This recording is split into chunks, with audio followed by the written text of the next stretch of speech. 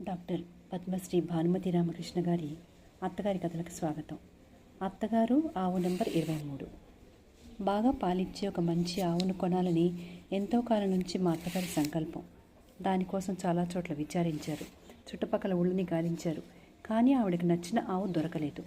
ఆవు ముఖం లక్షణంగా లేదనో, పీలగా ఉందనో, రంగు బాగాలేదనో, సుడులు బాగాలేవనో, పళ్ళు మొలవలేదనో, ఉన్న పళ్ళు ఊడాయనో వంక పెట్టేవారు. మొత్తం మీద అన్ని విధాలా నచ్చిన ఆవు ఆవిడకు కనిపించలేదు. 6 నెలల క్రితం మా పక్కింటి వాళ్ళు బదిలీ అయి వెళ్ళిపోతూ వాళ్ళ గేదెను అమ్మేందుకు వ్యవధి లేక మాకు వాళ్ళ జ్ఞాపకార్థం ఉండనివ్వండి అంటూ మా ఇంటికి తోలి వెళ్ళిపోయారు. ఆవు దొరక్కపోయినా అనుకోకుండా అంత మంచి గేదె దొరికినందుకు మా అత్తగారు మహా ఆనందపడిపోయారు. ఇక మీద ఆ పాల వెధవ దగ్గర గేదె పాలు కొని అవస్థ తప్పిపోయింది అంటూ మురిసిపోయారు. కానీ గేదెకు మేత ఏం పెట్టాలో ఏమిటో మా అత్తగారికి బాగా తెలియదని మాత్రం నాకు బాగా తెలుసు. ఆవిడకి ఆవు సంగతి తప్ప గేదె సంగతి తెలియదు.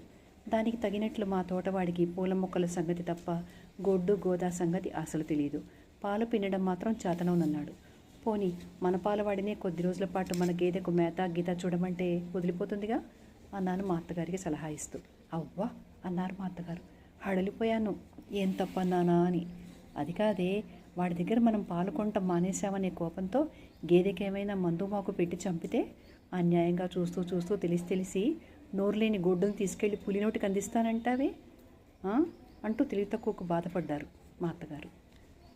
ఆ విధవకు తెలియకపోతే నాకు తెలియదనుకున్నావా?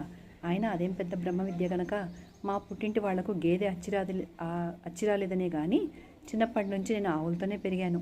ఆవెంతో గేదెంతే, దాని మేత ఎంతో దీని మేత అంతే. కాకపోతే ఆవు కంటే కాస్త అధికంగా తింటుంది గేదె. ఈ మాత్రానికి పోయి వాణ్ణి వీణ్ణి అడగడం ఎందుకు, పనిలేని పని అంటూ కోప్పడ్డారు మా అత్తగారు. సరే మనకెందుకు వచ్చింది అని ఊరుకున్నాను. పాలవాడు వచ్చి గేదెని చూడాలని సంబరపడ్డాడు. మా అత్తగారు వీల్లేదు పొమ్మన్నారు. వాడిని గేదె ప్రాంతాలకి కూడా వెళ్ళనివ్వకుండా తనే స్వయంగా స్వహస్తాలతో 3 పూటల దిట్టంగా గేదెను మేపడం మొదలుపెట్టారు. మొదటి 2 రోజులు పక్కింటి వాళ్ళకి ఇచ్చిన పాల కంటే చాలా ఎక్కువే ఇచ్చింది. మేమంతా మా అత్తగారికి జంతురక్షణ విషయంలో ఉన్న అనుభవానికి ఆశ్చర్యపడిపోతూ ఆమెను అభినందించాం. అంతేనే, ఏదైనా అంతే, పిండి కొద్ది రొట్టె అన్నారు మా అత్తగారు నిర్లక్ష్యంగా చప్పరిస్తూ. మర్నాడు గేదె టక్కున సగం పాలు తగ్గించేసింది. కారణం తెలియక కంగారు పడ్డారు మా అత్తగారు. ఆ రోజంతా ఆలోచించి దానికి ఇంకా తిండి చాలేదని తీర్మానానికి వచ్చారు. వెంటనే పత్తి గింజలు, సజ్జలు ఇంకా ఏవో తెప్పించారు బజార్ నుంచి. అంతకుముందు గేదెకు వేస్తున్న కందిపొట్టు, పెసరపొట్టు, గానుగ చెక్క, తవుడు, పచ్చగడ్డి, ఎండుగడ్డి వగైరాలతో పాటు పత్తి గింజలు రుబ్బి సజ్జలు ఉడికించి మొత్తం అన్ని గేదె వద్దంటున్నా వినకుండా బ్రతిమలాడి దాని కడుపు నిండా పట్టించారు. మర్నాడు పొద్దునే పాలు పిండడానికి వెళ్ళిన తోటవాడిని ఒక్క తాపు తనింది గేదె. వాడి ముందు పళ్ళు 2 విరిగిపోయాయి. ఇహ దగ్గరికి వెళ్ళిన వాళ్ళందరినీ వెనక్కాళ్ళతో జాడించి తనడం మొదలుపెట్టింది. మా అత్తగారు దానికి పెట్టిన యమతిండి యొక్క బలం ఆ విధంగా చూపిస్తోంది అనిపించింది నాకు. కారణం ఏమిటా అని దూరంగా నిలబడి ఆలోచించడం మొదలుపెట్టాను. గేదె కడుపు విపరీతంగా లావుగా ఉంది, ఆయాసపడుతోంది, ఒక్కచోట నిలవకుండా చిందులు తొక్కుతోంది.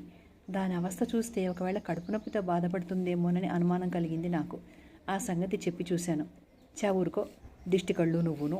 గేదెకు తిండి ఎక్కువ కావడం ఏమిటే, తక్కువైందని చెప్పు. అసలు ఇంతకీ ఆ పాల వెధవ దృష్టి కొట్టింది దానికి అన్నారు మా అత్తగారు. పాపం, వాడు అసలు గేదెని చూడనే లేదుగా అన్నాను. చూడాలే, మనసులో ఏడ్చుకుంటే చాలదు అంటూ అది పాలవాడి మనోదృష్టేనని తేల్చేశారు మా అత్తగారు. వెంటనే 1 వీసె మిరపకాయలు, 1/2 వీసె కర్పూరం, మానేడు ఉప్పు, ఒక పాత చీపురు కట్ట వగైరా సేకరించి దూరం నుంచే గేదెను దృష్టి తీశారు, పాలవాడిని తిట్టుకుంటూ పటపట మెటికలు విరుస్తూ. ఆ రాత్రి గేదె చచ్చిపోయింది. ఆ సంగతి విని పాలవాడు ఒకటే గోల. అయ్యో, దానికి కాస్త ఇంగువ వెల్లుల్లిపాయలు నూరి మింగిస్తే బతికేదమ్మగారు, బంగారం లాంటి బర్రెను తిండి ఎక్కువ పెట్టి పెద్దమ్మగారు చంపేశారమ్మా అంటూ ఏడ్చాడు. పెదవా నోర్మై, మళ్ళీ ఆ మాట అన్నామంటే పళ్ళు రాలగొట్టేస్తాను. అసలు నీ దృష్టితోనే పోయింది అది అంటూ పాలవాడి మీద మండిపడ్డారు ఆవిడ. ఒకవేళ వాడు చెప్పినట్టు మందు మాకు వేస్తే బతికేదేమో పాపం అన్నాను నేను భయపడుతూ. నా తలకాయ బతికేది, ముందే చెప్పాను కదే, మా పుట్టింటి వాళ్ళ దగ్గర నుంచి చూస్తున్నానుగా, మనకి గేదె అచ్చిరాదు అంతే అన్నారు మా అత్తగారు. మళ్ళీ పాలవాడికి ఇచ్చే పాలపడ్డాము మేము. రాను ఆవు పాలు కటిక నీళ్ళుగా తెచ్చిస్తున్నాడు.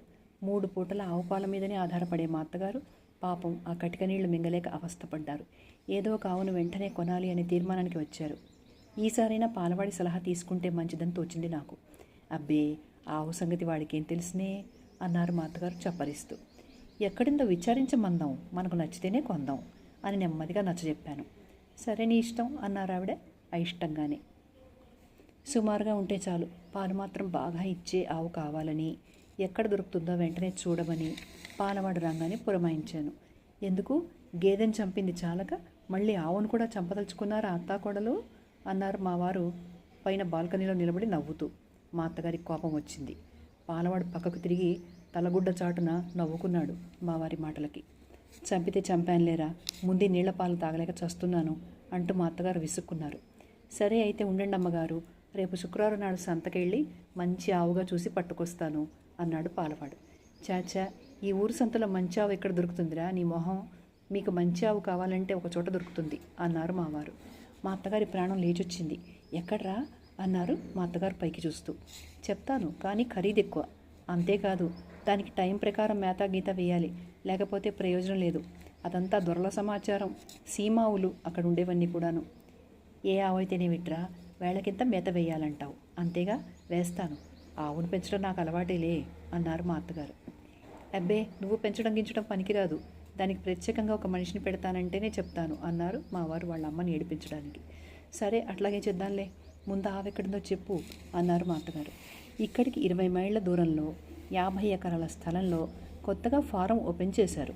అక్కడ కొన్ని వందల ఆవులు, ఎద్దులు, గేదెలు, దున్నపోతులు దొరుకుతాయి అని మా వారు చెప్తుంటే పాలవాడి చెవుల్లో అమృతం పోసినట్లయింది. అబ్బో అబ్బో, కొన్ని వందల గోడ్లే, అయితే ఆ చోటు ఇంద్రలోకంలాగా ఉంటుందన్నమాట. అయితే ఈయాళ్లే ఆడికెళ్ళి ఓ మంచి ఆవును చూసి పట్టుకొస్తా స్వామి అన్నాడు పాలవాడు హుషారుగా తలగుడ్డ చుట్టుకుంటూ. నువ్వెక్కడికిరా, మాటకు ముందు అపశకునంలాగా, నేను వెళ్ళి చూసొస్తాలే అన్నారు మా అత్తగారు. నువ్వెందుకమ్మా వెళ్ళడం, 50 ఎకరాల స్థలంలో అన్ని వందల పశువుల్లో నీకు నచ్చిన ఆవు ఎక్కడుందో తిరిగి వెతకడం మాటలా, నా మాట విని వాడిని వెళ్ళిరాని అన్నారు మావారు. వాడు వెళితే ఎట్లారా, నాకు నచ్చిన ఆవేదో వాడికి ఎట్లా తెలుస్తుంది, నాకంటితో కదా చూడాలనుకుంటున్నాను అన్నారు ఆవిడ. అవసరం లేదమ్మా, అక్కడుండే ఆవులన్నీ మంచి ఆవులే, నీకు ఎలాంటిది కావాలో వాడికి గుర్తులు చెప్పి పంపించు, వాడికి ఆవుల సంగతి గేదెల సంగతి తెలుసుగా అన్నారు మావారు. చూడండి స్వామి, మరీ ఈ పెద్దమ్మగారు నన్ను అసలు ఏమీ తెలియని గాడిద కింద కట్టేసింది. ఆవు నాకు అచ్చి రాలేదన్న మాటే కానీ చిన్నపటాల నుంచి గొడ్లతో పెరిగాను. ఏ గుడ్డు ఎట్లాంటిదని నాకు తెలుసు, నా సంగతి గుడ్డుకు తెలుసు అన్నాడు పాలవాడు మా వారి ఆసరా చూసుకుని కాస్త ధీమాగా. ఇంతెందుకురా, అక్కడి ఫారం మేనేజర్గా ఉన్నది నా ఫ్రెండే, వాడు నీలాగే గొడ్లతో పుట్టి గొడ్లతో పెరిగిన సగం గుడ్డు. వాడికి ఉత్తరం రాసిస్తాను, తీసుకెళ్ళివు, అక్కడుండే వాటిలో మంచి ఆవును చూసి మనకు పంపిస్తాడు అన్నారు మావారు. అయితే సిక్కేలేదు, అట్టనే చేయండి స్వామి. అయితే ఎప్పుడు వెళ్ళమంటారు స్వామి అన్నాడు పాలవాడు. అదంతా నాకు తెలీదు, పెద్దమ్మగారిని అడుగు అంటూ మావారు లోపలికి వెళ్ళిపోయారు. మరి ఈ పూట వెళ్ళమంటారా పెద్దమ్మగారు అన్నాడు పాలవాడు. ఈ పూట ఎట్లా వెళ్తావురా, ఇంకా చవితి మిగిలింటేను, 12 గంటల తర్వాత కానీ పంచమి గడియలు రావు, మధ్యాహ్నం నుంచి వెళ్ళు అన్నారు మా అత్తగారు. సరే అయితే అట్టనే కానివ్వండి అంటూ పాలవాడు గేదెల్ని తోలుకుని ఇంటికి వెళ్ళిపోయాడు. మధ్యాహ్నం 2 గంటలకంతా వచ్చేశాడు పాలవాడు. ఎర్ర పంచె, పచ్చ చొక్క, ఊదారంగు తలగుడ్డతో పూలరంగడిలాగా ముస్తాబై వచ్చాడు. వాడి వెనకాలే వాడి 2 పెళ్ళాలు వచ్చారు. చిలకపట్టు చీర కట్టి, సిగనిండా పూలు చుట్టి, నోటి నిండా తాంబూలం బిగించి, మూసి నవ్వులతో సీతాకోక చిలకల్లాగా వచ్చి వాకిట్లో ఉన్న టెంకాయ చెట్ల చాటున వాళ్ళిద్దరూ దోబూచులాడడం మా అత్తగారి కంటపడింది. వాళ్ళెక్కడికిరా, వాళ్ళిద్దరిని తీసుకొచ్చావెందుకు అన్నారు పాలవాడి మీద మండిపడుతూ. మేం కూడా చూస్తామంటూ ఎంటపడ్డారమ్మగారు అన్నాడు సిగ్గుపడుతూ పాలవాడు. పాపం వాళ్ళని కూడా తీసుకెళ్ళని అమ్మా, తీసుకెళ్ళరా, నీ 2 పిల్లల్ని కూడా తీసుకెళ్ళు, తాసాదియా, ఛాన్స్ అంటే నీదిరా ఛాన్సు. ఈ కాలంలో 2 పిల్లల్ని ఒక్క మాట మీద లాక్కొస్తున్నావంటే నువ్వురా నిజంగా హీరోవి అంటూ హుషారుగా నవ్వుతూ మా వారు పాలవాడి అదృష్టానికి లోపలి ఈర్ష్యపడ్డారు. నాకు నవ్వొచ్చింది. మా వారికి నా మీద కోపం వచ్చినప్పుడల్లా వెధవ పాలవాడికి 2 పెళ్ళాలు అంటూ ఉంటారు. పాలవాడిని చూస్తే మా వారికి ఈర్ష్య, వాడి 2 పెళ్ళాలని చూస్తే మా అత్తగారికి ఒళ్ళుమంట. పాలవాడి 2 పెళ్ళాలు నవ్వుతూ పేలుతూ ఒద్దికగా ఉండడం మా అత్తగారికి కొంచెం కూడా నచ్చలేదు.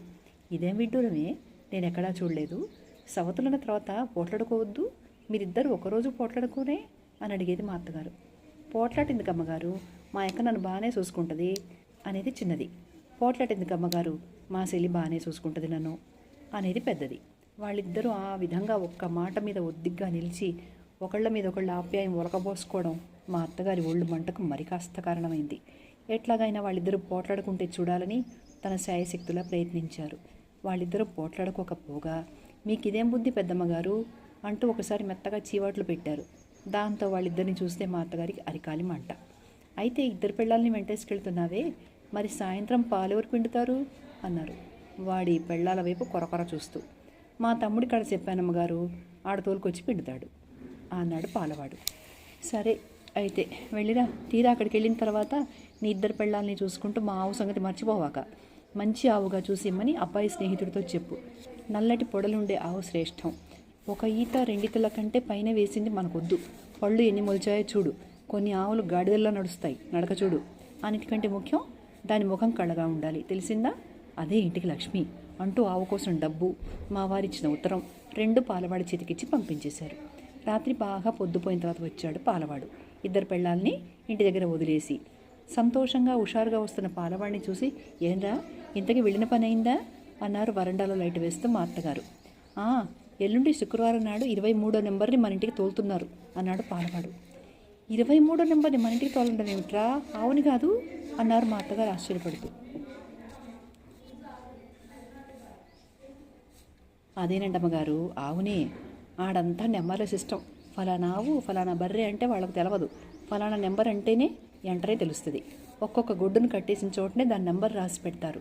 అబ్బో, ఏం చెప్పమంటారు పెద్దమ్మగారు, ఆ గొడ్లకి ఇంద్రభోగంలా జరుపుతున్నారు. ఏమి తిండి, ఏమి మేత. అది సరేరా, పోయి 23వ నెంబర్ ఆవుని ఎందుకు తీసుకున్నావు? ఇంతకంటే మంచి నెంబర్లు దొరకనట్లు అన్నారు మా అత్తగారు. తన ఆమోదం లేకుండా వాడు ఏరిన నెంబర్ చెడ్డది కాకుండా ఉంటుందా అన్న భరోసాతో. అయ్యో, నెంబర్ ఏదైతే ఏంటమ్మగారు, అసలు ఆవు మీకు దొరుకుద్దండి. అయ్యగారు ఇచ్చిన ఉత్తరం తీసుకెళ్ళి ఆ మాస్టర్ అయ్య కాడికి ఇచ్చా. వెంటనే నన్ను ఆయన వెంట పెట్టుకుని ఆడున్న ఆవులన్నింటినీ చూపాడు. ఆటిలో చక్కని సుక్క మన ఆవు. పాలవాడు చెప్తుంటే సంతోషంతో మా అత్తగారి ముఖం వికసించింది. అయితే ఇంతకు సుడి గిడి చూసి తీసుకున్నావా అన్నారు. అబ్బే, మాట్లాడకూడదు. సుడి లేదు పొడి లేదు, శుద్ధంగా ఉంది ఆవు అన్నాడు పాలవాడు.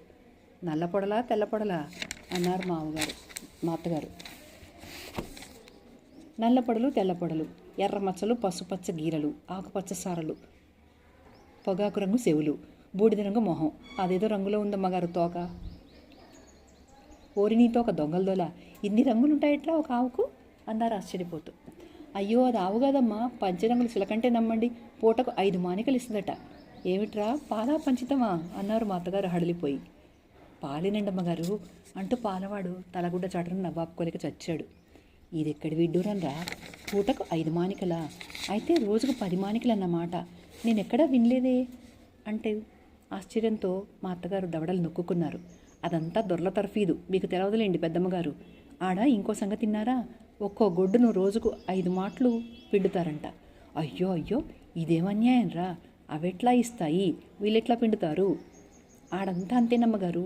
ఆడుండే గొడ్లని రూల్స్ల మీద నడిపిస్తారంట. ఏ బర్రెకి ఎన్ని నెలల సూలు, ఏ ఆవు ఎప్పుడు దూడనేస్తుందో వాళ్ళ కాడ వివరంగా తారీఖులు వేసి ఉంటాయంట. ఆ తారీఖు నాడు ఆవు కాడికెళ్ళి దూడనేయి అంటే వెంటనే వేస్తుందంట. ఇయాళొద్దులే అంటే ఈనబోయి ఆవు కూడా మానేస్తుందంట. అవి గొడ్లు కాదమ్మగారు, గొడ్లు కాదు మనుషులు అంటూ పాలవాడు ఆనందపడిపోయాడు. ఎట్లాగూ ఏమిటో మొత్తానికి గాథగానే ఉంది.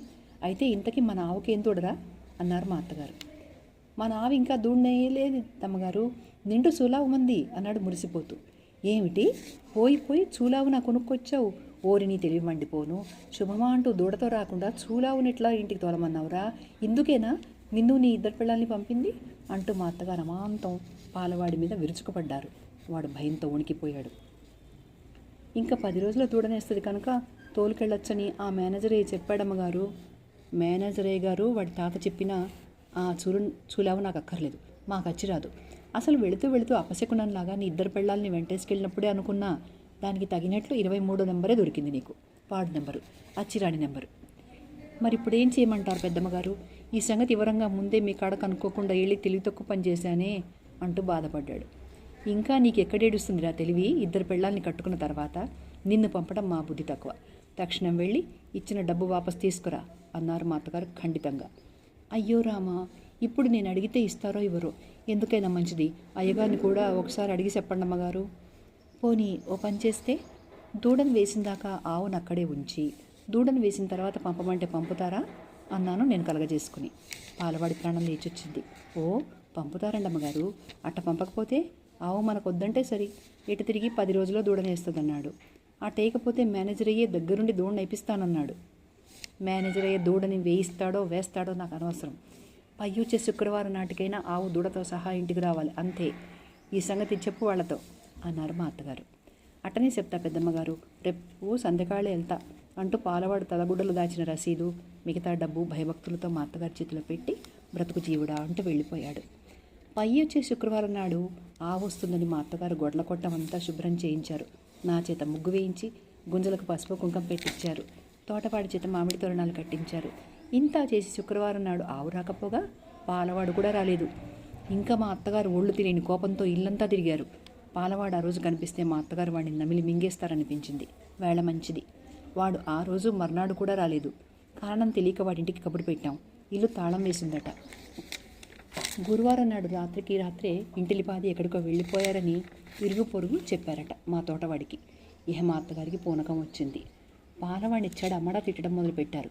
నేను అప్పుడే చెప్పాను, వాడు ఒట్టి దొంగ వెధవని, ఇట్లా పరారవుతాడని నాకు ముందే తెలుసునే అన్నారు త్రికాల జ్ఞానం గల మా అత్తగారు. మా ఇంటికి ఆవు వచ్చేసిందనుకుని ఇరుగు పొరుగు వాళ్ళంతా జున్ను పాల కోసం, ఆవు పంచితం కోసం మా అత్తగారికి కబురు పెట్టడం మొదలుపెట్టాడు. పాలవాడు మా అత్తగారికి భయపడి దేశాంతరం వెళ్ళిపోయాడని మా వారికి తెలిసింది.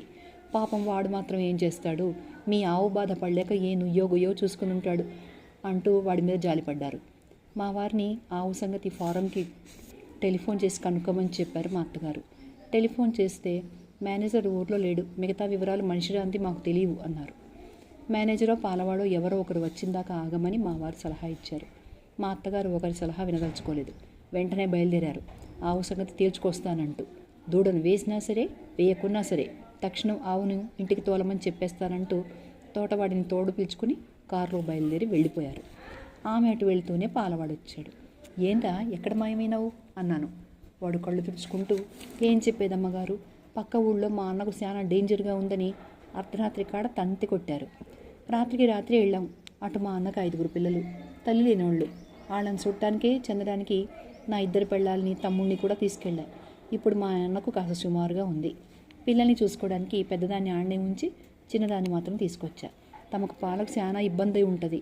అర్ధరాత్రి కాడ ఇంటికి వచ్చి మిమ్మల్ని నిద్రలేపి ఈ సంగతి చెప్పడం బాగుండదని అట్టనే వెళ్ళిపోయానమ్మగారు అంటూ వాడి బాధ చెప్పుకున్నాడు.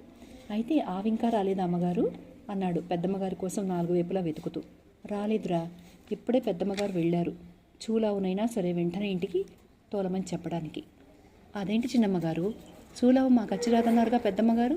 ఈ మాట ఆవేళే చెప్పినట్టయితే సరిపోయేదిగా. అయితే రేపు వస్తుందన్నమాట ఆవు. మరి నేను సంతకాడే గోడ్లను తోలుకొచ్చి ఆవు వచ్చి ఏళ్ళకి ఇంట్లో ఉంటానమ్మగారు అని చెప్పి వెళ్ళిపోయాడు పాలవాడు. దీపాలు పెట్టేసరికల్లా తిరిగి వచ్చారు మా అత్తగారు. ఆవును చూసారా అన్నాను ఉత్సాహంగా. ఆవును చూడలేదు, నా తలకాయ చూడలేదు. అది ఎక్కడుందో వెతికేసరికి నా తాతలు దిగొచ్చేట్లున్నారు. అదేం ఫారమో, ఎత్తుభారం 50 ఎకరాలుంది. అన్ని గొడ్లలో మన ఆవు ఎక్కడుందో ఎవరిని అడిగేది? దానికి తగినట్లు మేనేజర్ ఊళ్ళో లేడు. మాకు ఆ వివరాలు తెలియవన్నారు. కాసేపటికి ఎవడో వచ్చి మాకు దాని నెంబర్ తెలుసా అని అడిగాడు. తెలుసునంటూ 23వ నెంబరు అని చెప్పాను. మన అడ్రస్ అడిగాడు, చెప్పాను. ఆ నెంబర్స్ ఎప్పుడు తోలాలి అన్నాడు. తక్షణం తోలమన్నాను. రేపు తెల్లవారేసరికి ఆ నెంబర్ మన ఇంటి దగ్గర ఉండాలని గట్టిగా చెప్పొచ్చాను. సరేనన్నాడు. పాలవాడు వచ్చాడు అని చెప్పాను. ఆ దొంగ ఫైదవ సంగతి నాకు చెప్పవాక. ఈ 2 రోజులు మొహం తప్పించి నేనటు వెళ్ళగానే నీ దగ్గర కళ్ళబొల్లి కబుర్లు చెప్పడానికి వచ్చాడన్నమాట. సిగ్గులేని వెధవ. ఏ మొహం పెట్టుకొచ్చాడు అన్నారు మండిపడుతూ. వాడి అన్నకేదో జబ్బుగా ఉందని అంటూ నేను పూర్తి చేయకముందే మా అత్తగారి త్రికాల జ్ఞానం నాకు అడ్డు తగిలింది. నాకు ముందే తెలిసే వాడు ఇలాంటిదేదో చెప్తాడని. వాడి మాటలు నువ్వు నీ మొగుడు నమ్ముతారు కనుకనే ఇట్లాంటి కథలన్నీ చెప్తూ ఉంటాడు. నా దగ్గర చెప్పమను. అందుకే నన్ను చూస్తే వాడికి చచ్చేంత భయం అంటూ లేచి నిలబడ్డారు మా అత్తగారు. అన్నట్లు తెల్లవారుజామునే లేచి బాయిలర్ అంటించి వేనీళ్లు పెట్టాలి. పాపం నోరులేని గొడ్డు అన్ని మైళ్ళ దూరం నుంచి నడిచొస్తుంది. వేనీళ్లతో బాగా దాని కాళ్ళు ఒళ్ళు కడగమని చెప్పాలి. మన తోటవాడితో ఇవన్నీ చెప్పాలి. 4ంటికి అలారం పెట్టు అంటూ పెరటవైపు వెళ్ళారు మా అత్తగారు. నేను 4ంటికి అలారం పెట్టాను. ఆ సంగతి తెలియక పొద్దున్నే మీటింగ్ ఉందని మా వారు 6ంటికి కీ ఇచ్చి పెట్టారు. ఆ 2 తెలియని మావాడు పరీక్షకు చదువుకోవడానికి 2 గంటలకే తిప్పిపెట్టాడు. రాత్రి 2 గంటలకంతా అలారం గోలగోలగా కొట్టుకుంది. మంచి నిద్ర వేళ. 4 గంటలకు పెడితే 2ంటికి కొట్టిందేమిటి అనుకున్నాను. 6ంటికి పెడితే 12ంటికే కొడుతోంది. ఈ అలారం చెడిపోయినట్టుంది. తీసి దిబ్బలో పారై అన్నారు మా వారు నిద్దట్లోనే. మా వాడి రూమ్లో లైట్ వెలిగింది. నాకు అప్పుడు అర్థమైంది. వాడితో కూర్చుని హిందీ పాఠాల్లో సహాయం చేశాను 4 అయిన దాకా. తెల్లవారింది. ఆవును ఆహ్వానించడానికి అన్నీ సిద్ధం చేశారు మా అత్తగారు. పసుపు, కుంకుమ, పువ్వులు, పళ్ళు, టెంకాయ, తాంబూలం, హారతి కర్పూరం వగైరాలతో ఆవు కోసం బయట వరండాలో కూర్చున్నాం మా అత్తగారు నేను. పాలవాడు గేదెల్ని తోలుకుని చిన్న పెళ్ళంతో సహా వచ్చాడు. మా అత్తగారు పొద్దున్నే వాడి మీద ఎక్కడ విరుచుకుపడతారో అని భయపడ్డాను. అసలు వాడి వేపే చూడలేదు. ఆవు కోసం జపం చేస్తూ తపస్సులో కూర్చున్నారు, ఎవరితోనూ మాట్లాడకుండా. 6 అయింది, 7 అయింది, 8 అయింది, 9 అయింది. ఆవు రాలేదు. మావారు మా అవస్థకు నవ్వుకుంటూ మీటింగ్ వెళ్ళిపోయారు.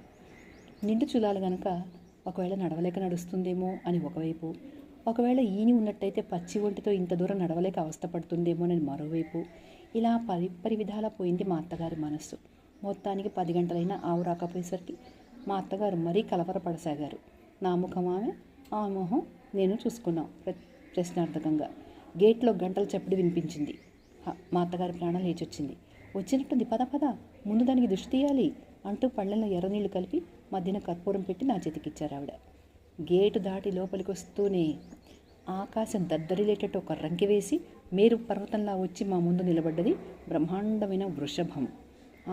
అంటూ నోట మాట లేకుండా గుడ్లు తేలేశారు మా అత్తగారు. పాలవాడు తలగుడ్డ చాటం చచ్చెట్టు నవ్వుతున్నాడు. వాడి పెళ్ళాం గేదెల చాటున పడి నవ్వుతోంది. నేను నవ్వాపుకుంటూ, ఈ ఎద్దును ఏ అడ్రస్కు తోలమన్నారు అని అడిగాను తోలుకొచ్చిన వాడిని. ఒకవేళ అడ్రస్ మారి వచ్చాడేమో అని. ఈ అడ్రస్కి అమ్మగారు, తెల్లవారేసరికి 23వ నెంబర్ని ఈ అడ్రస్కు తోలమని మా అసిస్టెంట్ మేనేజరే చెప్పాడు. కావాలంటే అడ్రస్ చూడండి అంటూ చిన్న చిట్టి చూపించాడు. నిజమే, ఇంకేమడిగేది? మా అత్తగారి వైపు చూశాను. ఆమె కొంచెం తెప్పరిల్లి, అది కాదురా, 23వ నెంబరు ఆవును తోలమన్నాను కానీ అచ్చోసిన ఈ ఆంబోతునా తోలమన్నది ఎవడ్రా ఆ తలలేని అసిస్టెంట్ మేనేజరు అంటూ మా అత్తగారు తోలుకొచ్చిన వాడిని జాడిస్తుండగా టెలిఫోన్ మోగింది. ఫారం నుంచి అసిస్టెంట్ మేనేజరే మాట్లాడాడు. పొరపాటు జరిగిపోయిందని, 23వ నెంబర్ ఆవును కట్టేసే చోట ఎద్దును కట్టేశారని, 23వ నెంబర్ ఆవు అసలు చూలు కాదని, దానికేదో గర్భకోశంలో జబ్బు వల్ల కడుపు లావైందని డాక్టర్ చెప్పాడని, డబ్బు వాపస్ పంపిస్తున్నందుకు క్షమించాల్సిందని, ఫారం ఆరంభించిన తర్వాత ఇలాంటి పొరపాటు జరగడం ఇదే మొదటిసారి అని చెప్పి కట్ చేశాడు. గేదె అచ్చిరాలేదంటే మనకు ఆవు కూడా అచ్చిరాలేదన్నమాట అన్నారు మా అత్తగారు నిట్టూర్పు విడుస్తూ. ఇంతటితో ఈ కథ సమాప్తం.